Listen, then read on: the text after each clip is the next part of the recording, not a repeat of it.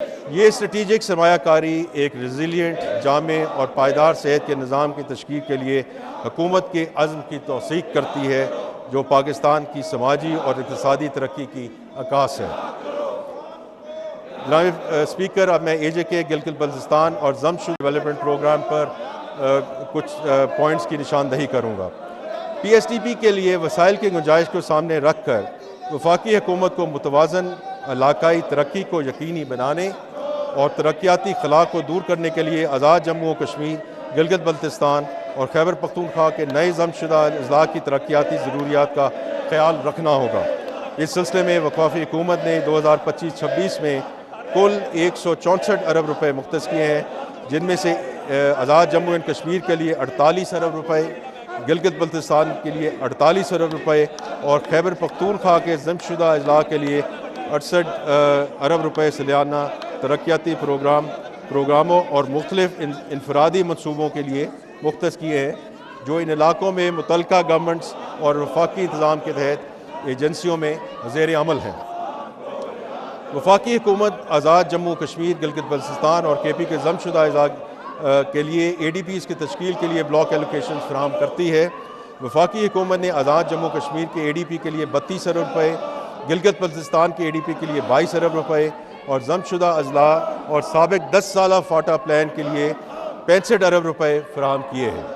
इसके अलावा वफाकी हुकूमत ने आज़ाद जम्मू कश्मीर के लिए वज़ीर आज़म के खसूसी पैकेज के तौर पर 5 अरब रुपये और गिलगित बल्तिस्तान के लिए वज़ीर आज़म के खसूसी पैकेज के लिए 4 अरब रुपये मुख्तस किए हैं।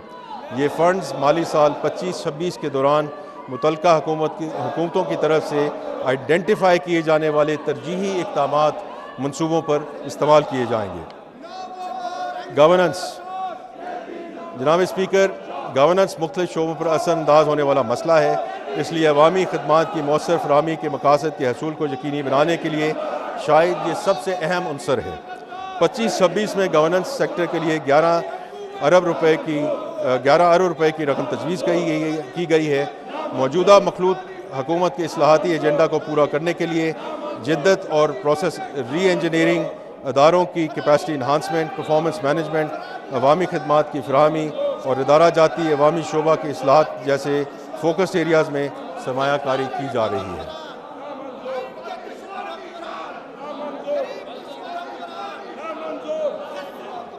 जनाब स्पीकर, मैं ईवान को ये बताना चाहता हूँ कि हमने जो सबसे फौरी मसाइल की निशानदही की थी, उनमें महसूलात की वसूली में मसलसल कमज़ोरी शामिल थी। 30 जून 2024 को FBR का टैक्स टू GDP तनासब सिर्फ 8.8% था। मौजूदा हुकूमत की कोशिशों से और अल्लाह ताला के फजल करम से इस माली साल के पहले 9 महीनों में FBR का टैक्स टू GDP तनासब बढ़कर 10.3% हो गया और तवक्को है कि जून 2025 के आखिर तक ये मज़ीद बढ़कर 10.4% हो जाएगा।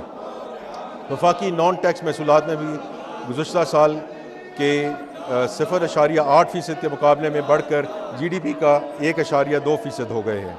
मजमूई तौर पर वफाकी महसूलात अब GDP का 11.6% हैं और अगर हम सूबों के 0.7% टैक्स टू GDP तनासब को शामिल कर लें तो रवां माली साल के इख्तिताम तक कौमी टैक्स टू GDP तनासब 12.3% हो जाएगा। FBR के टैक्सों में एक साल के दौरान टैक्स टू GDP के तनासब में 1.6% तक का इजाफा ना सिर्फ पाकिस्तान की तारीख में बेमिसाल है, बल्कि हालिया तारीख में दुनिया के दीगर हिस्सों में भी बहुत कम देखा गया है। जनाब स्पीकर, अब मैं इस ऐवान के सामने माली साल के अहम टैक्स पॉलिसी इक़दामात पेश करता हूँ। इनकम टैक्स के हवाले से तजावीज़। सबसे पहले हम उस जगह रिलीफ दे रहे हैं जहाँ उसकी सबसे ज़्यादा ज़रूरत है। तनख्वाहदार तबके के लिए रिलीफ। वज़ीर आज़म पाकिस्तान की हमेशा ये कोशिश रही है कि तनख्वाहदार तबके पर टैक्सों के बोझ को कम से कम किया जाए। इस हवाले से तनख्वाहदार लोगों के लिए आमदनी के स्लैब्स में इनकम टैक्स की शरों में नुमायाँ कमी की तजवीज़ है। ये रिलीफ ना सिर्फ टैक्स के ढांचे को आसान बनाएगा, बल्कि मुतवस्सित आमदनी वालों पर आय टैक्स के बोझ को कम करके इन्फ्लेशन और टेक होम तनख्वाह के दरमियान तवाज़न को यकीनी बनाएगा।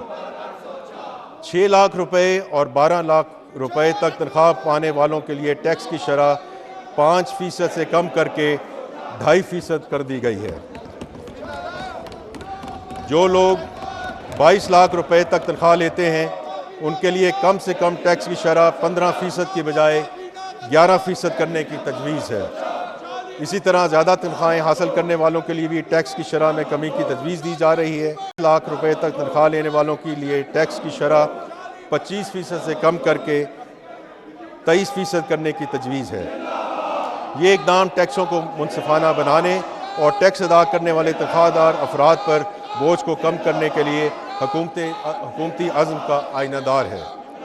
इसी तरह हुकूमत को इस बात का इल्म है कि मुल्क की बेहतरीन पेशावर अफरादी क़ुव्वत को इस खित्ते में सबसे ज़्यादा टैक्सों का सामना करना पड़ रहा है, जिसके नतीजे में ख़दशा है कि इंतहाई बासलाहियत अफराद मुल्क से बाहर मुंतकिल हो सकते हैं। इसलिए मुल्क से ब्रेन ड्रेन को रोकने के लिए 1 करोड़ रुपए से ज़्यादा आमदनी वाले अफराद पर आयदा सरचार्ज में 1% कमी की तजवीज़ है।